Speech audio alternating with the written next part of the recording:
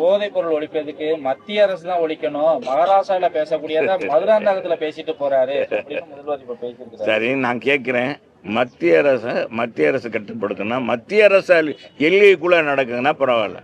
மாநிலத்தில் உளவுத்துறை எதுக்கு இருக்கு? இதுக்குன்னு ஒரு விங்கு கஞ்சா இந்த போதை இதெல்லாம் இது பண்ணுறது அதெல்லாம் தடுக்கிறதுக்குன்னு ஒரு விங்கு வச்சுருக்கீங்களே போலீஸ் துறை, அதுக்கு ஒரு டிஜிபி இருக்காரு. அவர் என்ன செய்கிறாரு? மாங்காய் பறிக்கிறாரா?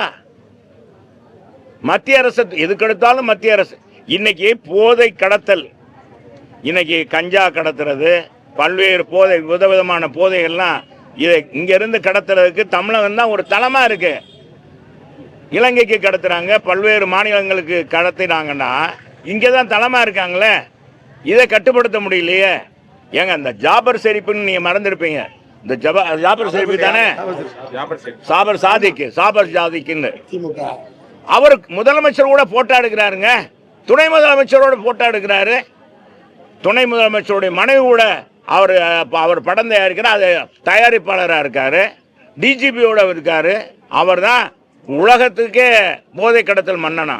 அவர் தம்பியும் அவரும் இப்படியால பக்கத்தில் வச்சு இன்னைக்கு செய்கிற தவறுக்கு பூராமே திமுக நிர்வாகி தான் காரணமாக இருக்காங்க. இது முதலமைச்சர் சொல்லுவது சரியல்ல. முதலமைச்சர் தேர்தல் நேரத்தில் மூடி மறைக்கிறாருன்னு தான் நினைக்கிறேன். உண்மையில் அவருக்கே தெரியும், முதலமைச்சருக்கு தெரியும். அவர் ஏற்கனவே சாட்டையை சொல்லட்டுமே, உங்களால் நான் தூங்கவே இல்லை அப்படின்னு சொன்னவர் இதே முதலமைச்சர் தான்.